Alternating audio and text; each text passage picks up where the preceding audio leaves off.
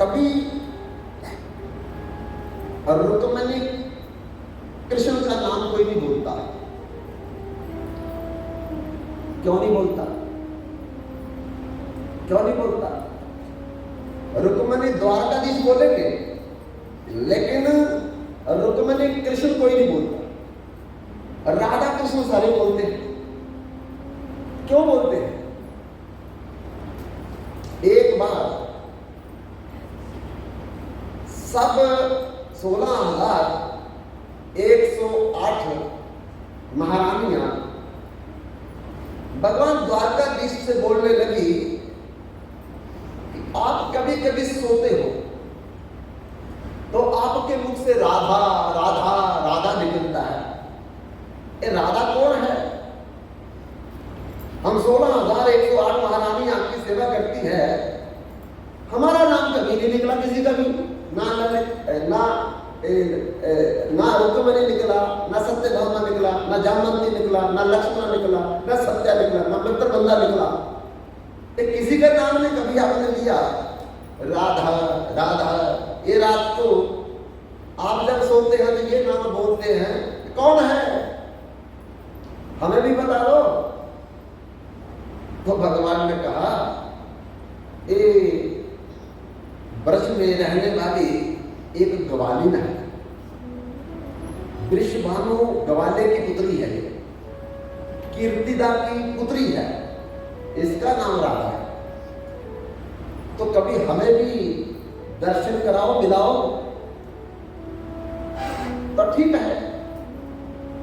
अब भगवान ने नारद के पास संदेशा भेजा ब्रज में, कभी राधा को बोलो कि द्वारकापुरी में आए, क्योंकि मेरी महारानियां उनसे भेंट करना चाहती है। और उस समय 100 साल हो गया पूरा, क्योंकि 100 साल का अभिशाप था राधा को। श्री कृष्ण राधा की कभी भेंट नहीं होगी दामाद के साथ। अभिशाप का कल मैंने कथा सुनाई थी, अभी तुलसी की कथा बाकी है, उसको बोलेंगे। और 100 साल हो गए थे।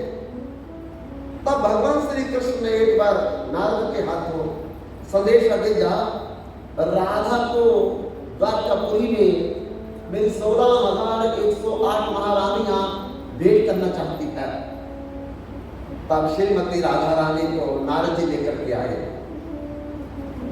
तब उस समय रुक्मिणी भगवान द्वारकाधीश की सेवा में लगी हुई थी। नारद जी ने राधा को एक कमरे में बिठाया और जाकर के अंदर बोला कि प्रभु राधा आई है। तो रुक्मिणी ने कहा, मैं पहले उसको मिलती हूं, फिर मैं यहां ले आऊंगी आपके पास, और बाद में बाकी रानियों से मिला देंगे, क्योंकि बड़ी रानी है तो बड़ी रानी का अधिकार है सबसे ज्यादा पहले मिलने का। अब रुक्मिणी राधा के पास गई, जिस कमरे में रुकाया था नारद जी ने, और नारद जी भगवान के पास बैठे हुए हैं। जब रुक्मिणी ने जाके राधा को देखा तो रुक्मिणी बेहोशी हो गई। इतना सुंदर स्वरूप था उसका, जबकि कोई अच्छे कपड़े नहीं, अच्छा कोई आभूषण नहीं।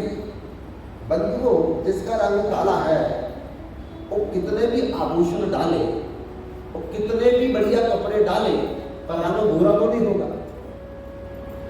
पर जिसका रंग गोरा है वो आभूषण ना भी डाले, बढ़िया कपड़े ना भी डाले, तो रंग काला नहीं होगा।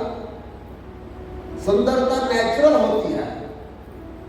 हम पार्लर में जाकर के अपना मुंह खराब करते हैं, उल्टा रुपया भी खर्चेंगे और कॉस्मेटिक भी खराब करेंगे, और धीरे धीरे वो चमड़ी जो खराब होने लगती है। क्यों? करोड़ों केमिकल है उस कॉस्मेटिक में जो हमारी चमड़ी को धीरे धीरे खराब करते हैं। सुंदरता नेचुरल होती है, उसको कुछ करने की जरूरत नहीं होती है। और रुक्मिणी तो पार्लर में जाती थी और वहां जाकर के सज्जा सजावट करती थी, लेकिन वो तब जवानी में बेचारी राधा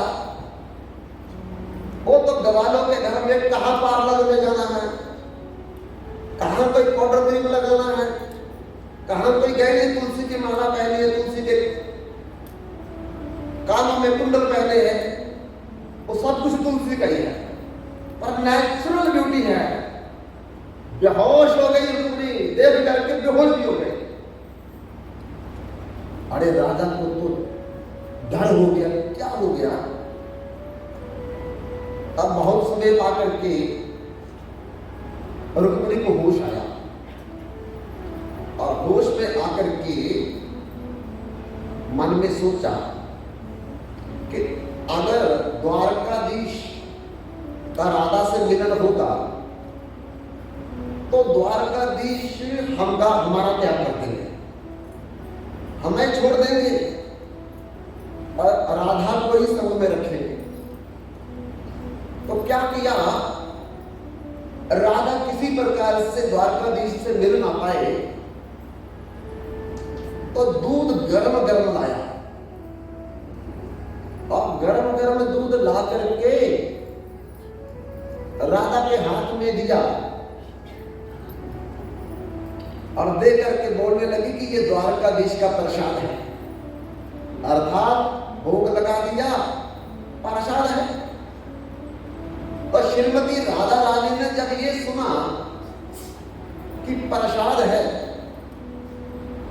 तो प्रसाद को खाने में ना खाने में फिर कभी आनाकानी नहीं करनी चाहिए, प्रसाद को नीचे नहीं गिराना चाहिए, प्रसाद को पैरों में नहीं मसलना चाहिए, प्रसाद का अपमान नहीं करना चाहिए कि ज्यादा लेकर के फेंक दो, ये बड़े भारी अपराध है।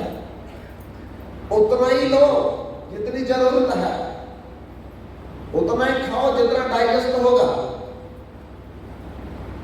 और फिर झूठा मत फेंको।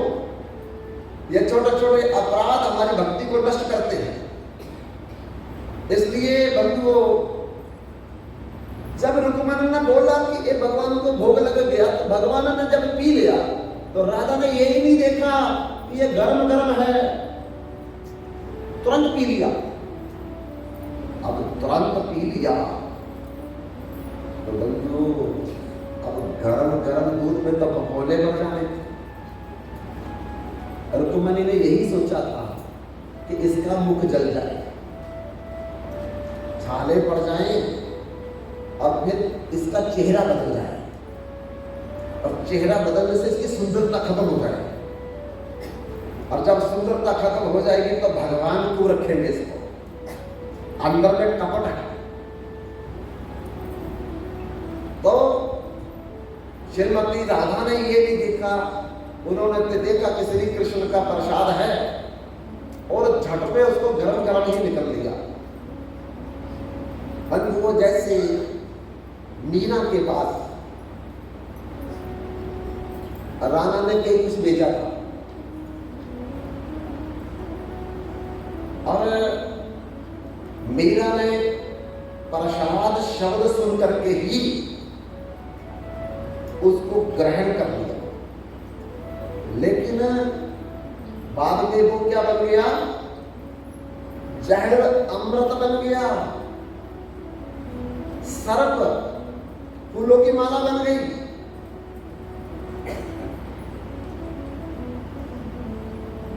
कोई हानि नहीं हुई, क्योंकि जब कोई भगवान पर विश्वास करके भगवान का प्रसाद समझ करके खाएगा तो फिर हानि तो भगवान को होगी, नुकसान भगवान को होगा, खाने वाले को नहीं होगा।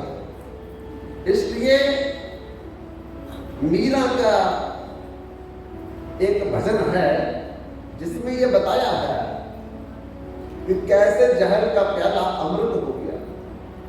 पाग घुंघरू बांध मीरा नाची रे, पाग घुंघरू बांध मीरा नाची रे, पाग घुंघरू बांध नाची रे, पाग घुंघरू बांध मीरा नाची रे, पाग घुंघरू बांध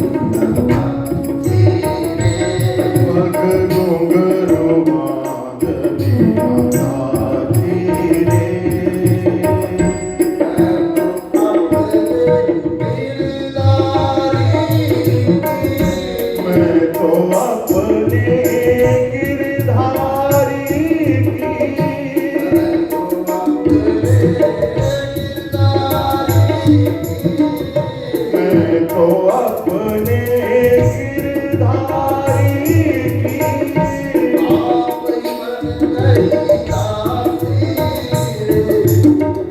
आप ही बन गई दासी रे पग घुंघरू बांध मीरा जी रे पग घुंघरू बांध मीरा जी रे गम गम गम गम गम दानी सानी दानी साग दानी दानी दाम गम गम गम गम घुंघरू बांध मीरा जी पग घुंघरू बांध मीरा जी सा सा सा सा धानी धानी धम धम धम धम धानी धम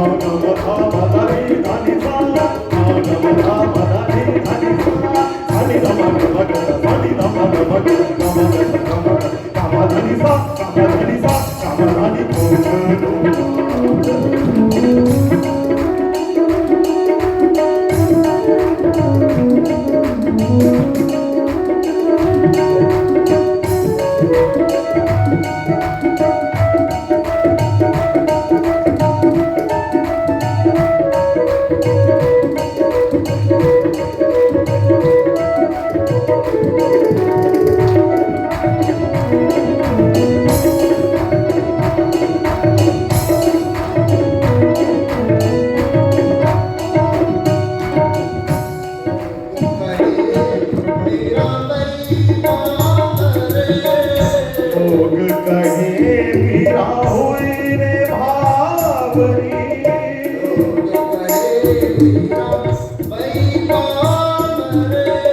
लोग कहे मीरा भई रे भावरी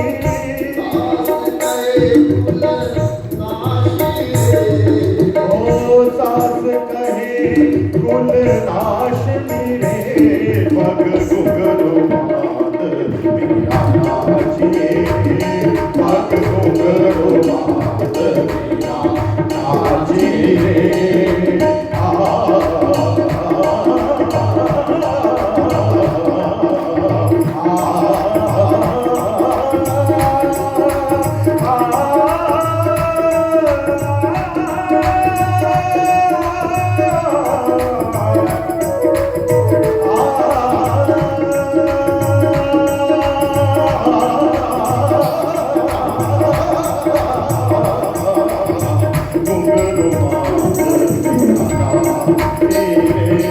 पग घुंघरू बांध मीरा जी रे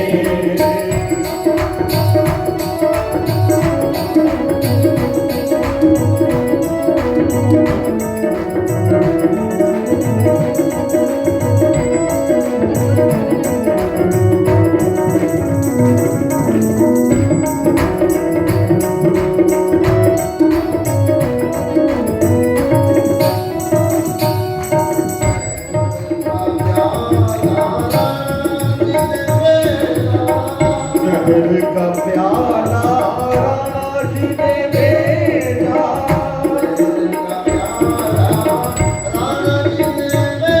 शहर का प्याला राणा जी ने भेजा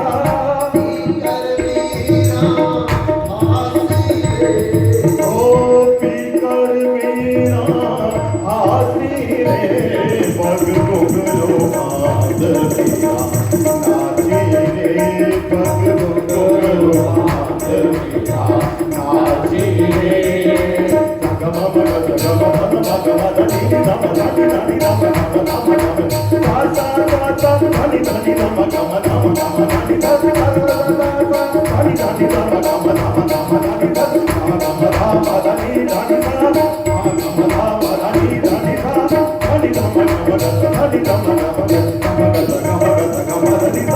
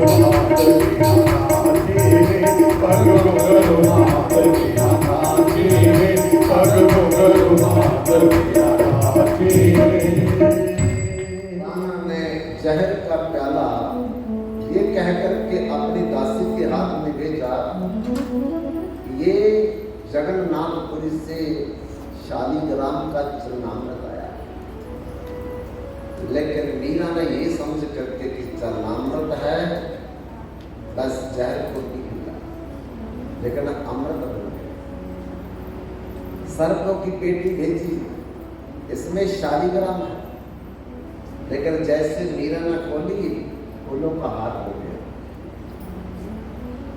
भगवान के विश्वास पर जब हम लोग कोई भी क्रिया करते हैं तो वो जिम्मेवारी भगवान की बन जाती है।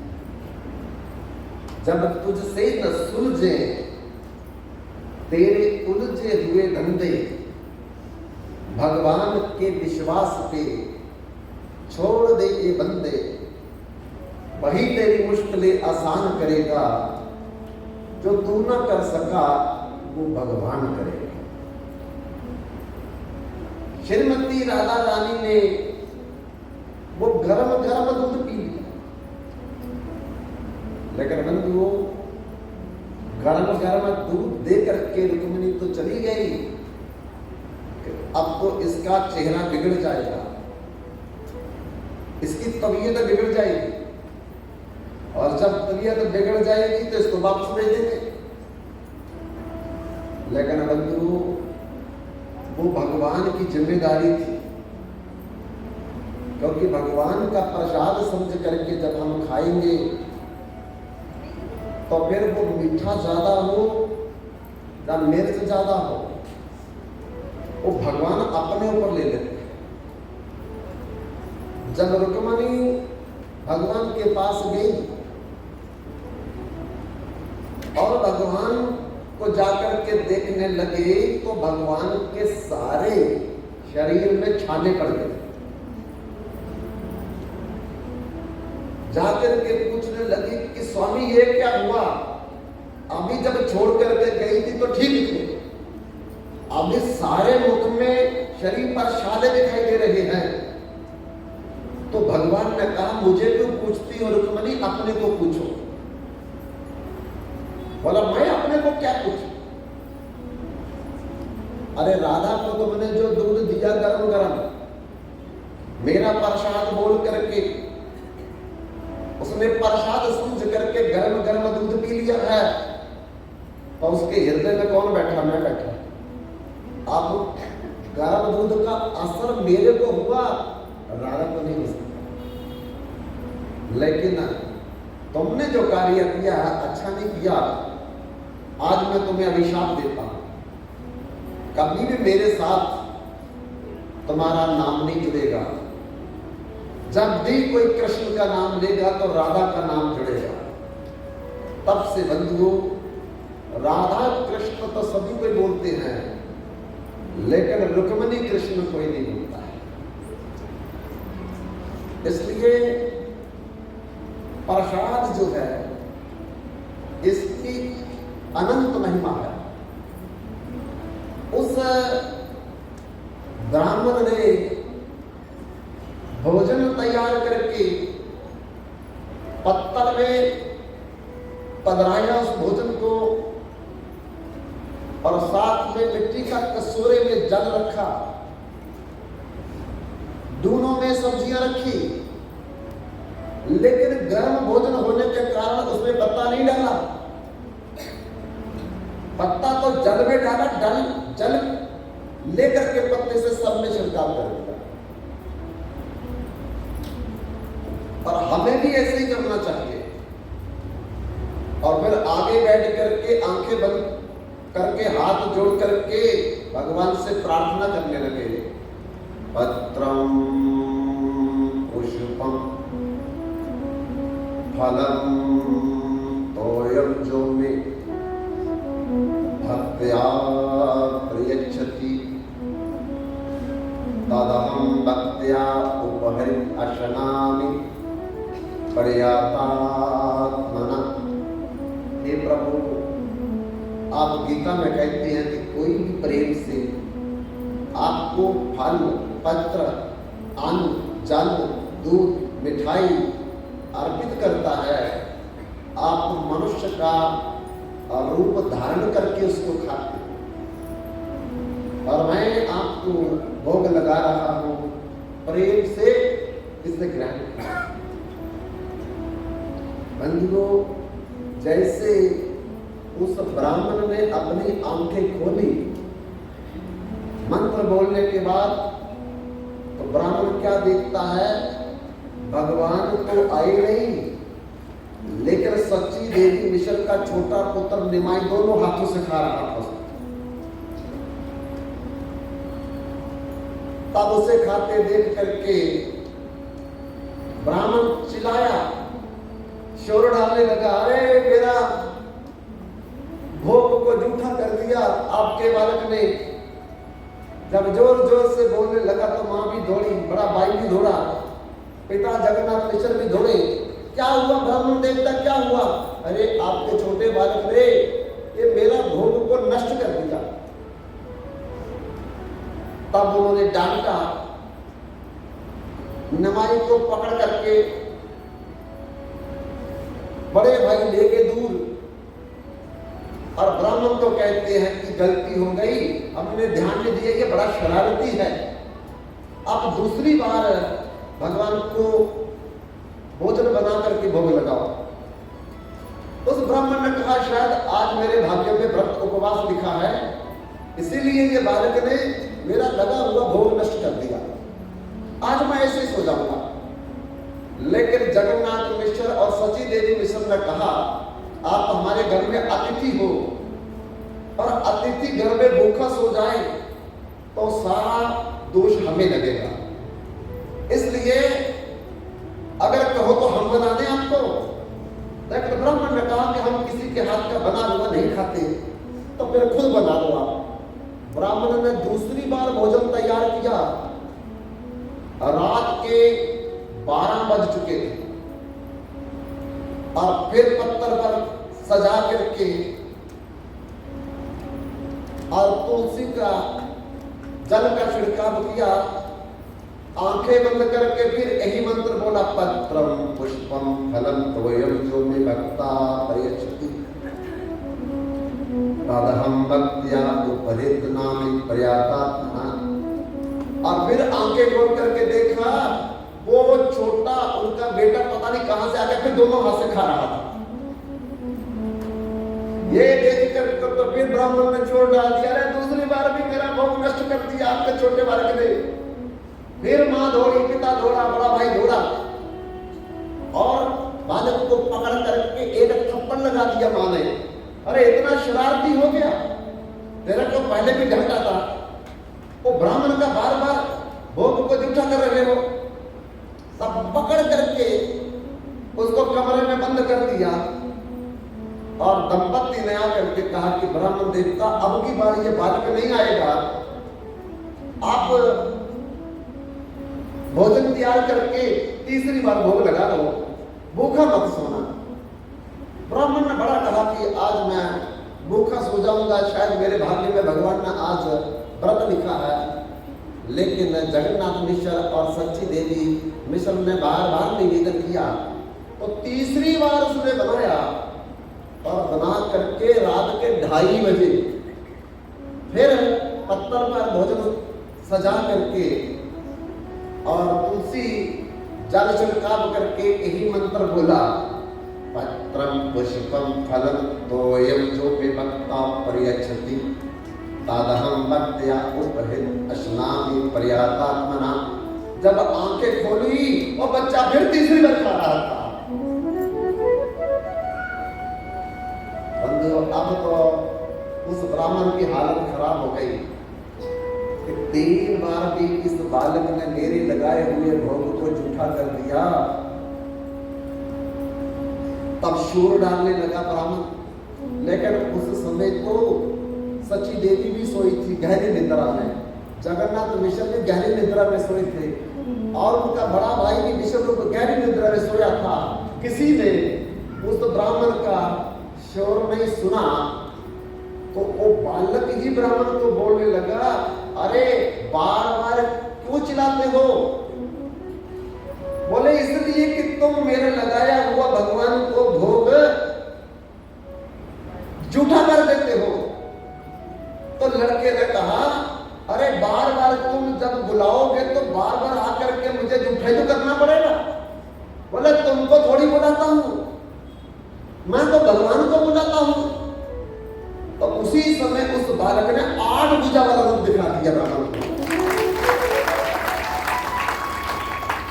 अष्टभुज रूप दिखा दिया, जो इससे पहले कभी भी 8 भुजा वाला रूप भगवान ने किसी को नहीं दिखाया। 2 भुजा नारायण की दिखाई, शंख चक्र वाली, 2 भुजा धनुष और बाण की भगवान राम की दिखाई, 2 भुजा अरे बंसुरी और सुदर्शन की श्री कृष्ण की दिखाई और 2 भुजा कलयुग में भगवान का जो अवतार चैतन्य महाप्रभु का हुआ है वो वाली भुजा दिखा करके ब्राह्मण से कहा, अरे बार बार तुम मुझे बुलाते हो और बार बार मैं अगर तेरा भोजन स्वीकार करने आता हूं तो बार बार तुम चिल्ला करके मुझे मार पड़वाते हो। ब्राह्मण ने कहा कि मुझे नहीं पता था कि आप साक्षात भगवान का अवतार लेकर के इनके घर में आए हो। उस बालक ने कहा, ब्राह्मण तू जन्म जन्म का मेरा भक्त है, सात युग में भी तुमने तपस्या की थी, त्रेता युग में तुमने मेरे लिए यज्ञ किए थे, द्वापर में तुमने पूजा की थी, अब कलयुग में तुम मेरा चलते फिरते कीर्तन करते हो। इसलिए मैंने प्रसन्न होकर के आज तक जो अष्टभुज रूप का दर्शन मैंने किसी को नहीं दिया था, मैं तुम्हें दे रहा हूं। लेकिन ये किसी को बताना नहीं, बताओगे आपकी जवान चली जाएगी, मूके हो जाओगे। इसलिए मैं बहुत सी और भी लीला करने वाला हूं इसी नवद्वीप बंगाल के अंदर। लेकिन तुम देखना चाहते हो तो इसी गांव में रुक जाओ और किसी को बताना नहीं लगेगा। ऐसी भोग की महिमा हमारे शास्त्रों में कही है। और बंधु, अगला तीसरे नंबर पे आ का मतलब है असुरारी, असुर मर्दनी। मैंने असुर मर्दनी या असुरारी नाम जो है, इस सतयुग में भगवान नारायण ने एकादशी को दिया था। क्योंकि सतयुग में बंधुओं एक राक्षस हुआ, जिस राक्षस का नाम था तालजन, और उसका आगे पुत्र जिसका नाम था मुरासुर, मुर राक्षस। जब तालजन की मृत्यु हो गई तो उस समय उसके बाद में गद्दी का उत्तराधिकारी बना मुरासुर, मुर नाम का राक्षस। ये बड़ा आतताई था, इसलिए साधुओं को, संतों को, महात्माओं को, मानवों को और गैया को, ब्राह्मणों को, संताओं को बहुत दुख दिया। इसने अपने बल के प्रभाव पर सारे स्वर्ग को अपने कब्जे में कर लिया। तब सारे देवता एकत्रित होकर के भगवान नारायण के पास क्षीर समुद्र में गए और जाकर के प्रार्थना करने लगे कि हे प्रभु, तालजंग नाम के राक्षस का पुत्र मुर राक्षस ने हम सब देवताओं को पराजित करके स्वर्ग में अपना राज्य स्थापित कर लिया है और हम लोग दर दर की ठोकरें खा रहे हैं। आप लोग कृपा करके हमारी सहायता कीजिए।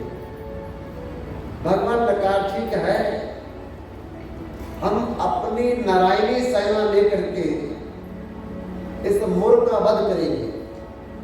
भगवान नारायण ने अपनी नारायणी सेना लेकर के देवताओं की मदद से मुर राक्षस पर आक्रमण किया, जबकि वो स्वर्ग में बैठा हुआ था देवताओं को खदेड़ करके।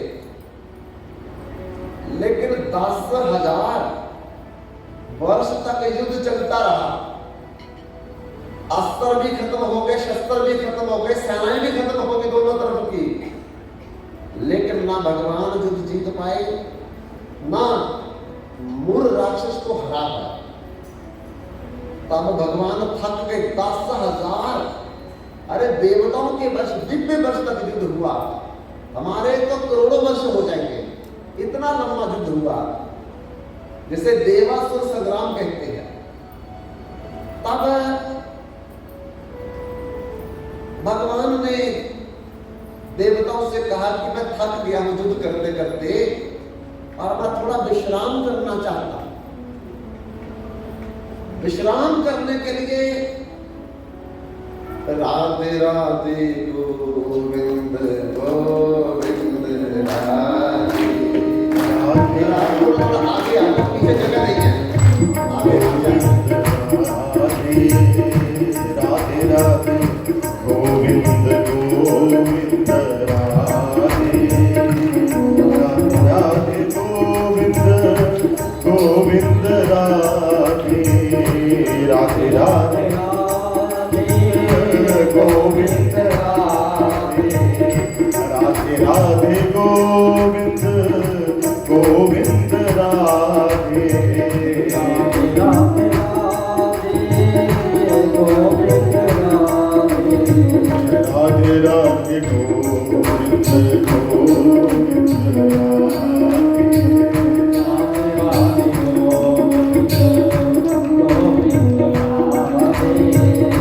राधे राधे गोविंद गोविंद राधे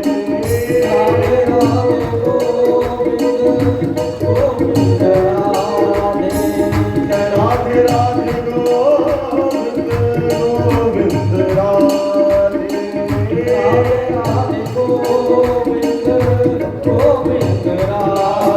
राधे गोविंद गोविंद राधे राधे राधे गोविंद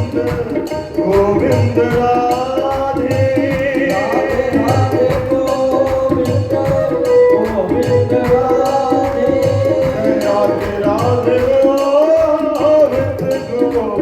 राधे राधे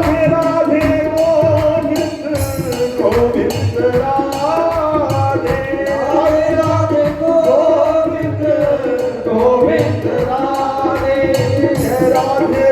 गोविंद गोविंद राधे राधे राधे गोविंद गोविंद राधे राधे राधे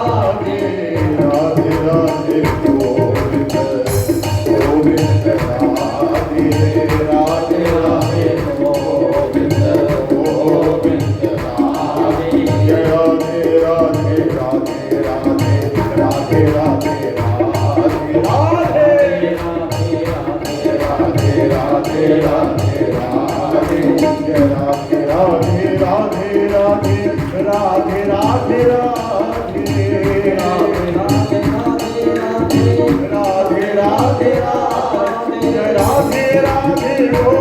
राधे राधे राधे गोविंद गोविंद राधे राधे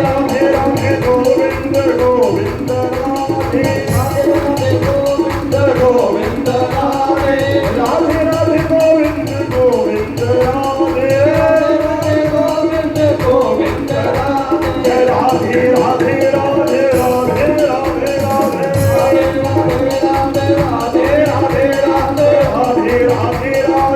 गोविंद राधे राधे राधे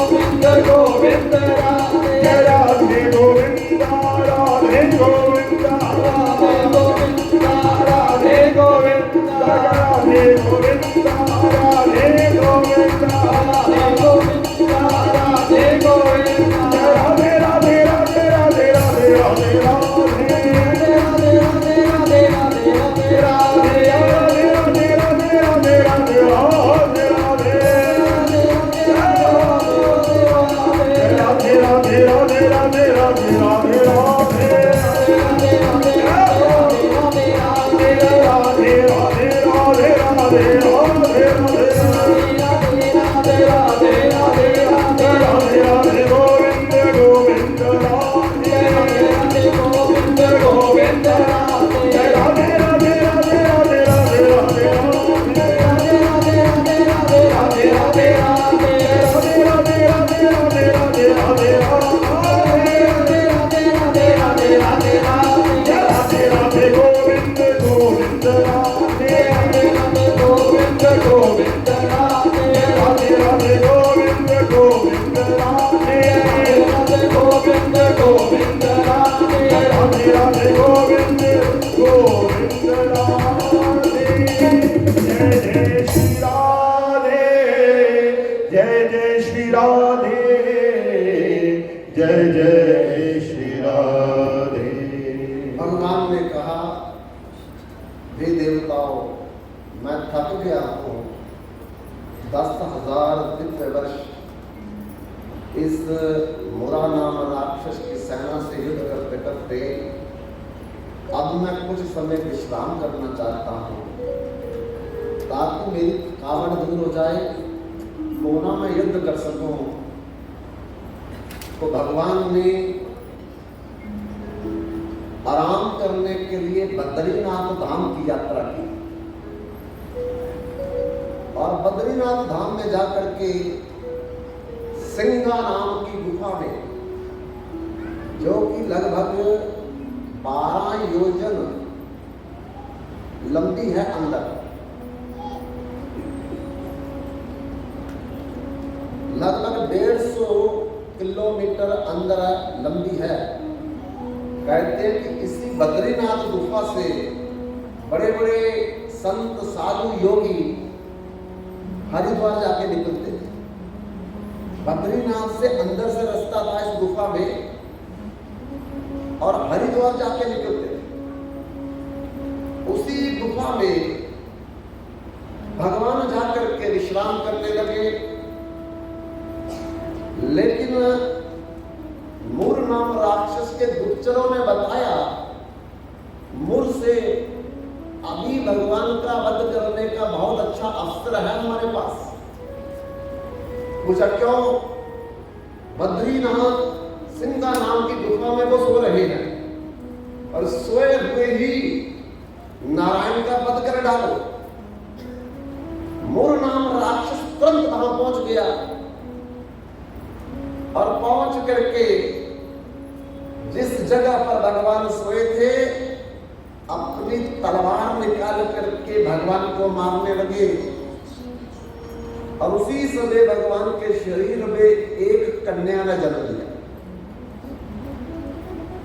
और उस मूर नाम राक्षस को ललकारने लगी, अरे राक्षस, मेरे स्वामी का वध करने से पहले मेरे से युद्ध करो। मूर ने कहा, हम कन्या से युद्ध नहीं करते। अगर हम जीत गए तो कोई ख्याति नहीं होगी हमारी, अगर हार गए तो पूरे विश्व में हमारी निंदा होगी कि मूर राक्षस एक कन्या से युद्ध हार गया, इसलिए तुम हमारा रास्ता हटा दो। लेकिन कन्या ने कहा कि ये मेरे स्वामी हैं, जब तक आप मेरे से युद्ध नहीं करेंगे, प्राप्त नहीं करेंगे, मेरे स्वामी तक आगे आप नहीं जा सकते। तब बंधुओं कन्या का और उस मुरासुर का युद्ध हुआ है। काफी दिन युद्ध चलता रहा।